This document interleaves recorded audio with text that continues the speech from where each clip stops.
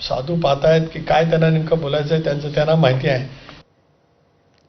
राष्ट्रवादीचे नरहरी झिरवाळ यांच्या अन्न आणि औषध खात्याच्या लिपिकाला मंत्रालयामध्येच लाच घेत असताना रंगेहात अटक झाली आहे आणि त्यामुळे अर्थातच चर्चांना उधाण आलंय. अनेक वर्षांच्या नंतर मंत्रालयामध्ये अशा पद्धतीचा छापा पडला. या कारवाईच्या टायमिंग बद्दल देखील आता सध्या चर्चा होतीये.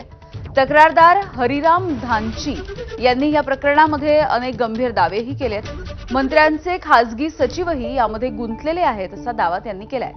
पैसे वरपर्यंत द्यावे लागायचे, खात्यामध्ये पैसे दिल्याशिवाय कामं होणार नाहीत हे तिथल्या प्रत्येकाला माहिती आहे असं त्यांचं म्हणणं आहे. या संदर्भामध्ये मेडिकल स्टोअर मालकाच्या तक्रारीवरून ही कारवाई करण्यात आली आहे.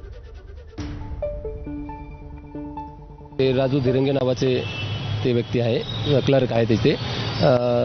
त्यांनी मला बोलवलं 2 दिवसानंतर आणि मग आम्ही 2 दिवसानंतर गेलो आणि राजू धिरंगेंना भेटलो.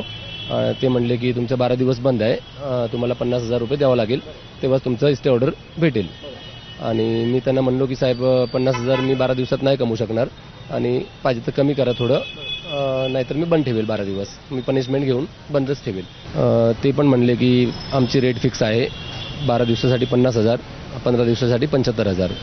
ते कोण म्हणाला तुम्हाला, म्हणजे रेट फिक्स आहे? रेट फिक्स आहे म्हणून ते गाडे सर पण म्हणले आणि राजू धिरंगे पण म्हणले. मी बसताना बघितलं की बरेच लोक यायचं आणि पैसे देऊन त्यांचं काम करून घ्यायचं. मंत्रालयामध्ये लाचखोरी होते आणि संबंधित मंत्र्याला याविषयी माहिती नाही असं होऊ शकत नाही असा दावा राज्य केमिस्ट आणि ड्रग्ज असोसिएशनचे सचिव अनिल नावंदर यांनी केलाय. मंत्रालयामध्ये लाचखोरी होत असेल तर त्याला मुख्यमंत्र्यांसह संबंधित खात्याचे मंत्री देखील जबाबदार आहेत. सरकारनं मंत्रालयामध्ये कोणत्या कामासाठी किती पैसे लागतील असा बोर्डच लावायला हवा असा उद्विग्न सल्ला देखील त्यांनी दिलाय. तील जी काही औषधीची दुकाने आहे याची जी सर्वात मोठी संघटना आहे राज्य केमिस्ट अँड ड्रगिस्ट असोसिएशन, त्याचे सचिव अनिल नावंदर सध्या या संपूर्ण घटनेसंबंधी आपल्यासोबत बोलण्यासाठी आहे. सस्पेंड झालेल्या औषध दुकानाचा परवाना नियमित करण्यासाठी 35,000 रुपयांची मंत्रालयात लाच घेताना पकडल्या गेलाय. काय तुमची प्राथमिक प्रतिक्रिया? अशा प्रकारचे भ्रष्टाचाराचे मोठे प्रकार घडत असतील तर संघटनेला याबाबत विचार करावा लागेल आणि योग्य भूमिका घेऊन आंदोलनात्मक पवित्रा सुद्धा गरज पडल्यास घ्यावा लागेल. माझं तर एकदम स्पष्ट मत आहे की अशा गोष्टी घडत असतील आणि मंत्र्यांना माहीत नाही तर हा एक मोठा विषय आहे, संशोधनाचा विषय होऊ शकतो. असं होऊ शकत नाही असं माझं स्पष्ट मत आहे. म्हणजे मंत्र्यांना माहिती असेल या सगळ्या? असायलाच पाहिजे.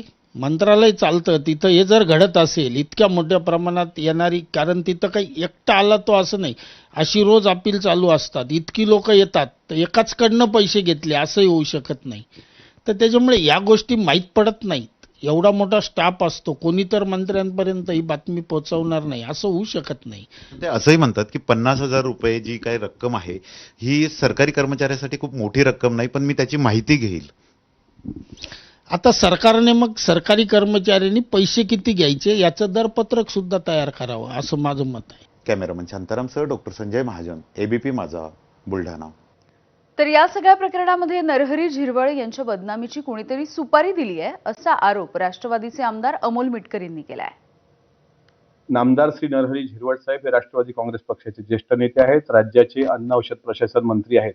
त्यांच्या डिपार्टमेंटवर पूर्वग्रह दूषित मनस्थिती ठेवून, मानसिकता ठेवून एका व्यक्तीने जाणीवपूर्वक त्यांच्या अधिकाऱ्यांवर काही लाच घेतानाचा आरोप केला. आदरणीय उपमुख्यमंत्री अजितदादांच्या विमानाचा दुर्दैवी अपघात, त्यामुळे आम्ही सगळे शोकमग्न आणि सुन्न होतो आणि त्याच दिवसावर आम्ही भेटल्याचा हा जो काही बावळटपणाचा आरोप संबंधित व्यक्तीने केलेला आहे यात कुठलंही तथ्य नाही. बघूयात पुढची बातमी. मुख्यमंत्री